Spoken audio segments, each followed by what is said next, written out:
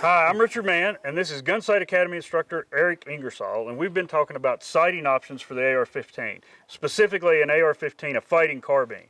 And we've got two Mossberg MMRs here. Eric's has a Crimson Trace red dot.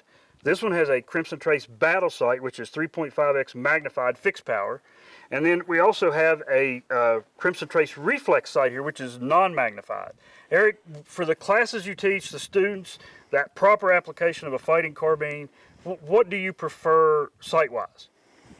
Well, Richard, it all really depends on application. So before I get too far into this, let's talk about distance. If I'm shooting from 0 to 200 yards, roughly, I'm going to go with this particular red dot sight.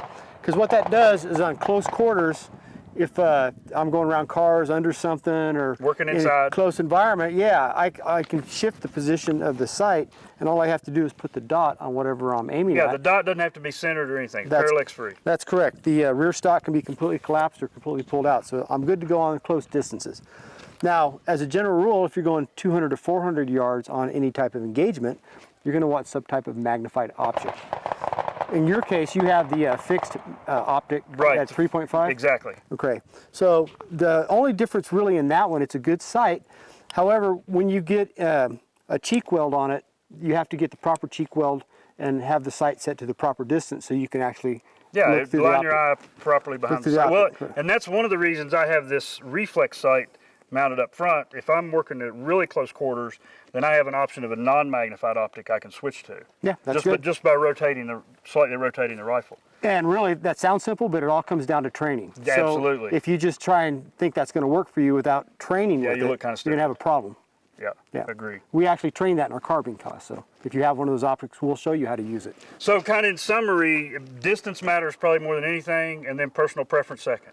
It's kind of a combination of the both, distance and personal preference. If you're trained with or proficient at whatever system you have, you can make it work. Bottom line is training.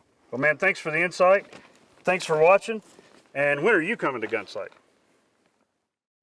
Gunsight Academy, originally the American Pistol Institute, was founded by former Marine Jeff Cooper in 1976. It's the oldest civilian firearms training academy in the world, with more than 50 instructors and 26 ranges covering 3,200 acres. Gunsight Academy trains thousands of civilians, law enforcement, and military personnel each year. Often called the Harvard of handguns and the Camelot of the Great Southwest, Gunsight is freedom's backbone.